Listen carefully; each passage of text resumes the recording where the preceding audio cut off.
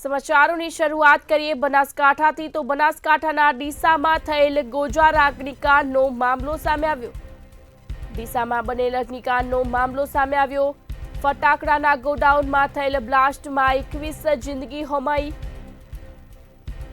આરોપી દીપક સિંધી અને ખુબચંદ સિંધી એલસીબીના ગિરફ્તારમાં આવ્યા। બંને આરોપીઓને પાલનપુર એલસીબી કચેરીએ રાખવામાં આવ્યા। एलसीबी द्वारा બંને આરોપીઓની પૂછપરછ કરાઈ રહી છે। બંને આરોપીઓની પોલીસ દ્વારા ધરપકડ કરવામાં આવી। બંને આરોપી ગેરકાયદેસર ફેક્ટરી ચલાવતા હોવાનું સામે આવ્યું। ફટાકડાના ગોડાઉનમાં થયેલ બ્લાસ્ટમાં 21 જિંદગી હોમાઈ। આરોપી દીપક સિંધી અને ખુબચંદ સિંધી એલસીબીના ગિરફ્તારમાં આવ્યા। બંને આરોપીઓને પાલનપુર એલસીબી કચેરીએ રાખવામાં આવ્યા। પોલીસ દ્વારા બંને આરોપીની ધરપકડ કરવામાં આવી। આ સાથે જ એલસીબી દ્વારા બંને આરોપીઓની કડક પૂછપરછ કરાઈ રહી છે। બનાસકાંઠાના ડીસામાં બનેલ ગોજાર અગ્નિકાંડનો આ મામલો સામે આવ્યો। ફટાકડાના ગોડાઉનમાં થયેલ બ્લાસ્ટમાં 21 જિંદગી હોમાઈ। વેપારી મથક ડીસામાં ગઈકાલે એક દર્દનાક ઘટના સામે આવી હતી।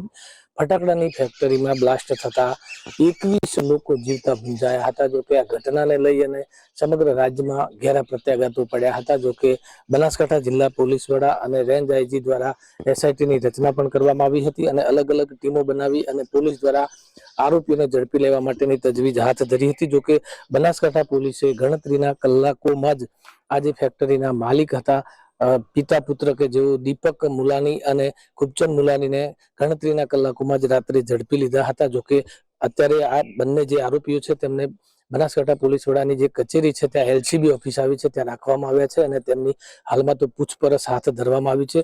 જો કે મહત્વની વાત એ છે કે 21 જિંદગીઓ જે હોમાઈ ગઈ હતી તેને લઈ અને સમગ્ર રાજ્યમાં ઘેરા પ્રત્યાઘાતો પડ્યા હતા। ગઈકાલે ઘટના સ્થળે કેબિનેટ મંત્રી રેન્જ આઈજી સહિત વિધાનસભાના અધ્યક્ષ પણ આવ્યા હતા અને તેમને આ તમામ જે પરિવારજનો હતા તેમને સાંત્વના આપી હતી અને આ જે આરોપીઓ છે તેમની સામે કડક કાર્યવાહી કરવાના રાજ્ય સરકાર દ્વારા આદેશ પણ આપવામાં આવ્યા હતા। ત્યારે હવે આજે બે આરોપીઓ છે તેને એલસીબી પોલીસે ગણતરીના કલાકોમાં ઝડપી લીધા છે અને હાલ એલસીબી ઓફિસ ખાતે રાખવામાં આવ્યા છે અને તેમની પૂછપરછ હાથ ધરવામાં આવી છે। રમેશ પટેલ, મંતવ્ય ન્યૂઝ, બનાસકાંઠા।